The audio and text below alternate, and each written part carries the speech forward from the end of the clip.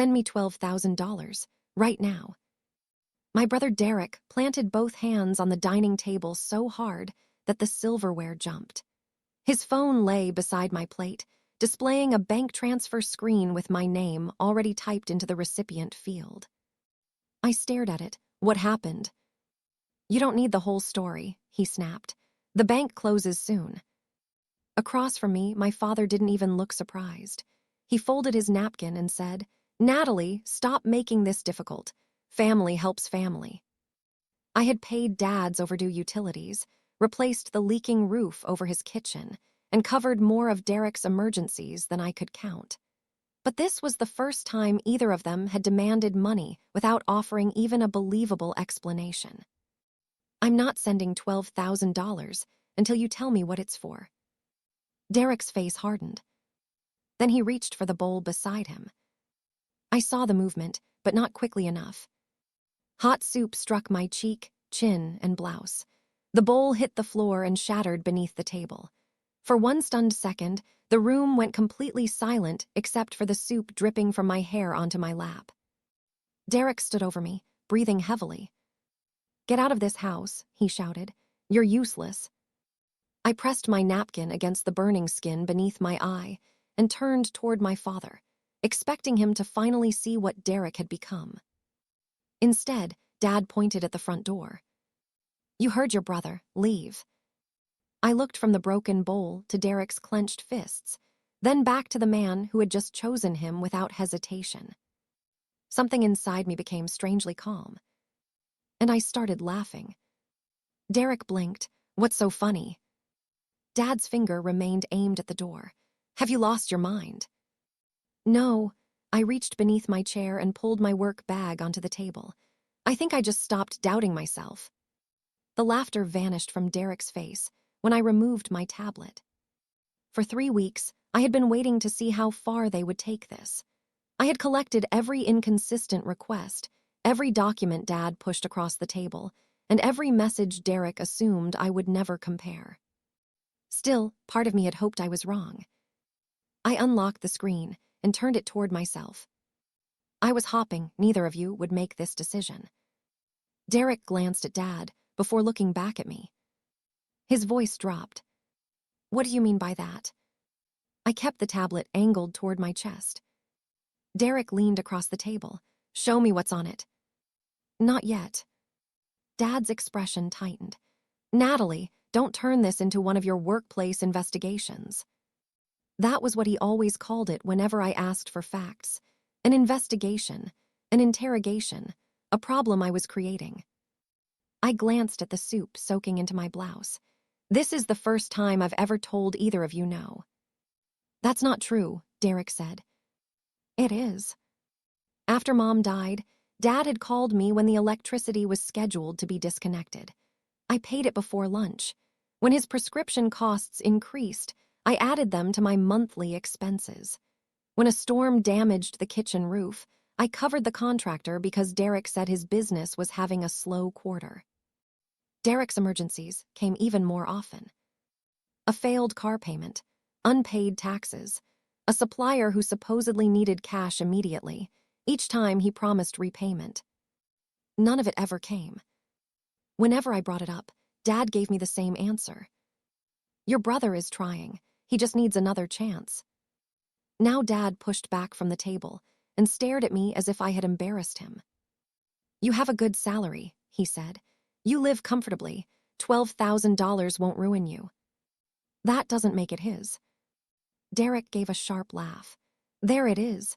You think you're better than us because you sit in an office reviewing other people's money. No, I think $12,000 requires an explanation. I already told you it's urgent. That isn't an explanation. Dad's voice dropped into the warning tone that had controlled me since childhood. You've become greedy, Natalie. I looked at Derek. If this is really an emergency, why won't either of you tell me what the money is for? Neither answered. Derek turned to Dad. Make her leave before she creates more problems.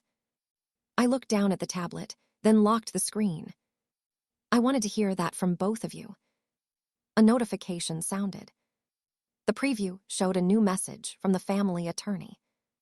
I read the first line, and my grip tightened around the tablet. Dad noticed. "What did he send you?" Before I could answer, the front door opened. Voices filled the hallway. My Aunt Susan walked in first carrying a dessert tray, followed by Uncle Michael, my cousins, and two other relatives who had been invited for our monthly family dinner. They stopped cold. Soup covered my blouse. Shattered ceramic still lay on the dining room floor. "What happened?" Aunt Susan asked. Dad answered before I could open my mouth. Natalie refused to help her own brother during a family emergency. Derek lowered his eyes, performing for the room. "I only asked for a short-term loan," he said quietly. "She said money mattered more than family." Several relatives looked at me with disappointment. Uncle Michael sighed. "Natalie, if your brother needed help, why make things harder?" I didn't defend myself. Instead, I calmly picked up the television remote from the side table. Dad frowned. "What are you doing?" I connected my tablet to the living room television. The large screen came to life. The first image appeared. It was a screenshot of Derek's text messages from the past 10 days. I zoomed in.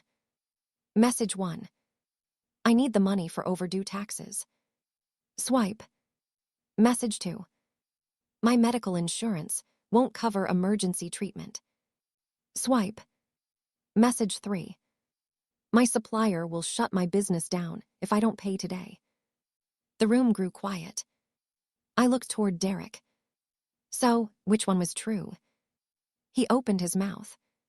Nothing came out. Aunt Susan slowly turned toward him. "I thought you said this was about medical bills." "So did I," Uncle Michael added. Derek swallowed. I was simplifying things." "No," I replied. "You were changing your story." Dad immediately stepped between me and the television. "The details don't matter." I looked directly at him. "They matter when someone is demanding $12,000. Dad shook his head impatiently. "This isn't a courtroom." "No," I said evenly, "but fraud is investigated in courtrooms." Every conversation stopped. No one moved. For the first time that evening, every pair of eyes shifted away from me and toward Derek. Dad's face flushed red. He pointed furiously at the television. "Turn that screen off right now." Chapter 2 complete. Hit Go to continue. I didn't reach for the remote. Instead, I tapped another folder on my tablet. A new series of documents appeared on the television. "These aren't text messages," I said. "These are emails." Dad's confidence faded the moment he recognized the first subject line. Derek stepped toward the screen. "Turn it off." "No." I enlarged the first email. It had been sent from Dad to Derek 2 weeks earlier. "Don't ask for everything at once. Get the $12,000 first. Once she helps again, she'll be more likely to sign the rest without reading." A stunned silence settled over the room. Aunt Susan looked at Dad. "Richard, what does the rest mean?" Dad quickly recovered. "You're taking that completely out of context." "I don't have to," I replied. "There are 23 more emails." I opened another. This one was from Derek. "She always says yes when she's guilty enough. Remind her mom wanted us to stick together." Then another. "Don't mention the trust until after she sends the money." Several relatives exchanged alarmed looks. Uncle Michael folded his arms. "What trust?" I took a slow breath. "A few weeks ago, Dad brought legal documents to my apartment. He told me they were routine paperwork connected to Mom's estate." Dad interrupted immediately. "They were." "They weren't." I tapped another file. I noticed several clauses that didn't make sense. Instead of signing them, I sent copies to Mom's attorney. I looked toward Uncle Michael. He reviewed every page. The next document filled the television. Across the top was the attorney's written opinion. Several paragraphs had been highlighted. The proposed documents, I read aloud, would transfer decision-making authority over the Brooks family investment trust away from the current trustee. My cousin Emily frowned. Who's the trustee? I am. Dad took a step forward. We only wanted to simplify everything. No, I answered. You wanted control. Derek's composure finally cracked. You're twisting everything. Then explain why you needed me emotionally pressured before asking me to sign. He couldn't. The room had completely shifted. No one was looking at me anymore. They were staring at Dad and Derek. I opened one final folder. Its title alone made Derek's face lose all color. I rested my finger above it without opening it. This last file, I said quietly, answers every remaining question. Every person in the room fixed their eyes on the screen. My finger touched the screen. The final folder opened.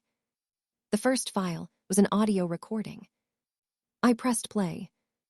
Derek's voice filled the living room. If she thinks it's another emergency, she'll send the money without asking questions. Then my father's voice answered. After she transfers the $12,000, she'll feel committed. That's when we put the trust papers in front of her. Tell her it's just updated estate paperwork. No one spoke. The recording continued. If she hesitates. Dad laughed softly. She never stands up to us. She won't start now. I stopped the recording. The silence that followed was heavier than any argument we'd had that evening. Then I opened the banking records. Every relative watched as I highlighted wire transfers from the family trust over the past several years. None had gone to me personally. Every authorized payment matched the instructions my mother had left in the trust documents: property taxes, maintenance on the rental property, and distributions to the beneficiaries exactly as required. Next came the attorney's letter. I requested this review before anyone asked me to sign, I said. I was worried because the language Dad wanted me to approve would have removed me as trustee and handed control to him. I looked around the room. The attorney confirmed the proposed documents had nothing to do with routine administration. They would have transferred permanent authority over the trust. Uncle Michael slowly lowered himself into a chair. So this wasn't about helping Derek. No. I turned to the final page. Derek lost a substantial amount of money through risky personal investments. There was no medical emergency, no tax deadline, no supplier threatening to shut down his business. The $12,000 was simply the first payment they believed they could pressure me into making. Derek's face turned pale. That's private. It became everyone's business when you threw hot soup in my face because I asked one honest question. Aunt Susan looked at my father with disbelief. Richard, you knew. He opened his mouth, but couldn't find an answer. You let your son assault your daughter, she said quietly, because she wouldn't give him money. For the first time all evening, Dad looked uncertain. Natalie, listen. No, I interrupted. I've been listening for years. I picked up my bag. Mom made me trustee because she was afraid exactly this would happen. She loved all of us, but she knew Derek struggled with money, and she knew you would always protect him instead of protecting what she spent a lifetime building. I turned toward the relatives. I didn't expose any of this because I wanted revenge. I exposed it because I refused to become the next person manipulated into giving away something Mom trusted me to protect. Uncle Michael nodded slowly. You did the right thing. One by one, the others agreed. No one defended Derek. No one defended Dad. Before leaving, I placed one final document on the table.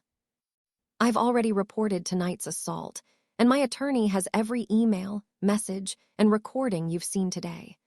The trust remains protected because I never signed those documents. Derek collapsed into his chair, realizing the money he expected was gone. Dad looked around the room, searching for anyone to support him. No one did. Over the following months, The consequences unfolded exactly as they should. The trust remained under independent legal oversight, and every decision continued to follow my mother's written instructions.